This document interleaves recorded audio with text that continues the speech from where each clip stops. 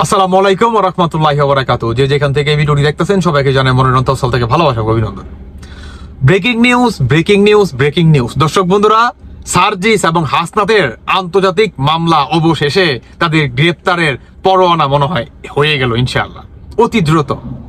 অতি দ্রুত দেখবেন আন্তর্জাতিক গণমাধ্যমের যে মামলা এবং আপনার পুলিশ, বিশেষ করে জুলাই মাস থেকে আপনার 8 আগস্ট পর্যন্ত পুলিশ যেভাবে গণহত্যা হয়, এই মামলায় ফেসে যাচ্ছে আপনার কে 3জন ব্যক্তি, বিশেষভাবে হচ্ছে 2জন, সার্জিস আর হাসনাত, আর হচ্ছে আপনার এই কি বলে তেলবাজ আসিফ নজরুল।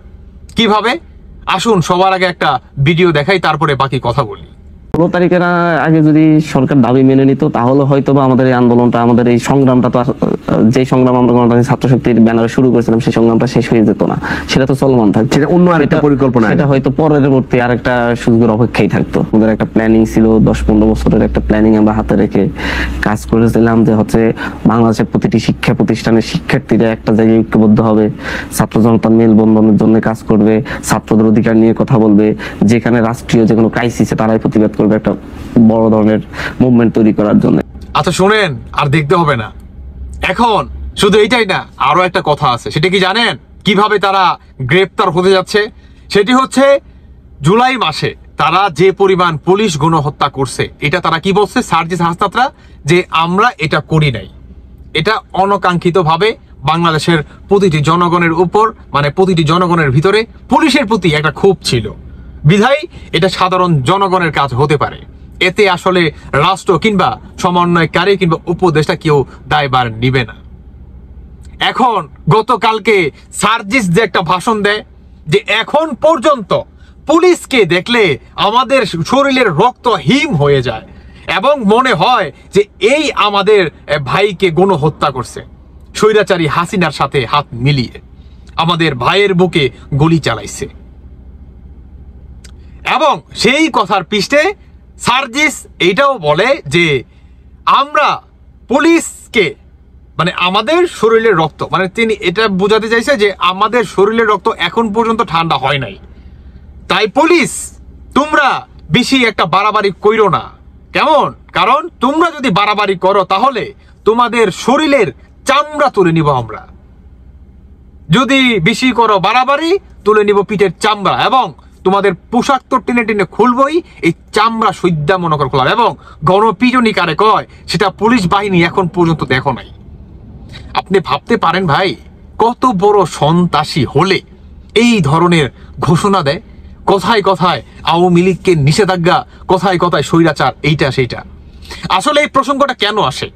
যখন নাকি আপনার জাতীয় পার্টি, জাতীয় সরকারের ঘোষণা দেয় অন্তর্বর্তীকালে সরকার, এই জাতীয় আপনার সরকারে যখন নাকি আওয়ামী লীগ আর বিএনপি যখন নাকি থাকে না, যখন নাকি জাতীয় পার্টি এই বক্তব্যটা রাখেন যে আওয়ামী লীগ আর বিএনপিকে বাদ দিয়ে তারা কিভাবে জাতীয় একটা সরকার গঠন করার চিন্তা ভাবনা করতে পারে, এটা আসলে কতটুকু গ্রহণযোগ্য করবে মানুষ, বা কতটুকু হাস্যকর হলে এই ধরনের তারা পদক্ষেপ নিতে পারে।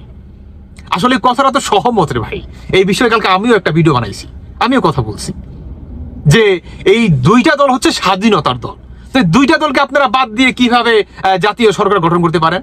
আমার বুঝে আসে না। যে দুইটা দল নাকি বাংলাদেশে যদি 100 জন লোক থাকে, আপনার 80 জন লোকই হচ্ছে আওয়ামী লীগ আর বিএনপির সাথে জড়িত, আর 20% হচ্ছে আপনার আদার্স। তো ভোটাভুটি যদি হয়, 80% যদি একদিকে থাকে আর 20% যদি আরেক দিকে থাকে, ওই 20% তো লাত্তি দিয়ে আপনার দেশের বা নেটওয়ার্কের মনে করেন বাইরে ফেলানো যাবে, তাই নয় কি বলেন?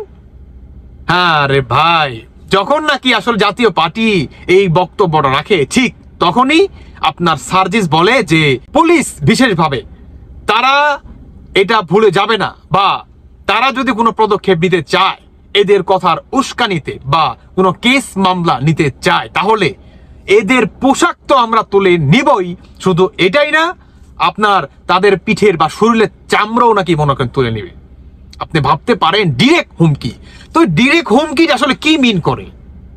মিনটা করে কি, যে জুলাই মাস থেকে কিংবা 8 আগস্ট পর্যন্ত পুলিশ প্রশাসনকে যেভাবে গলা টিপে এবং থানায় ঢুকে জবাই করে এবং গণহত্যা করছে, এটার সাথে একদম বরাবরের মতো জড়িত এরা।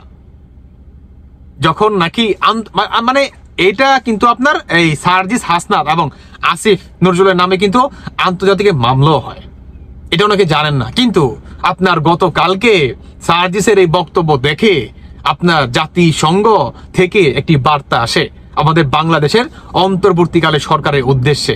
ডক্টর মোহাম্মদ ইউনূস, আপনার সেনাবাহিনীর প্রধান ওয়ার্কার, আপনার রাষ্ট্রপতি চপ্পু এবং আমাদের আইনমন্ত্রী আসিফ নজরুল তেলবাজ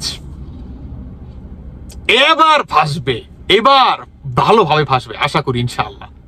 কারণ এরা হইতেছে ভাই শয়তানের থেকেও শয়তান, একের পর এক এদের মাস্টার মাইন্ড। এখন তারা জাতীয় সরকার গঠন করতে চায়। এই জাতীয় সরকার গঠনের মাধ্যমে তারা মনে করেন আরো 5 বছর মেয়াদি থাকতে চায়। এই 5 বছরের ভিতরে আওয়ামী লীগ আর বিএনপিকে তারা উপরে ফেলে দিবে, বুঝতে পারছেন? এদেরকে যদি এখন পর্যন্ত শক্ত হাতে ভাই অবস্থান না নেন এদের বিরুদ্ধে, তাহলে 12টা বেজে যাবে।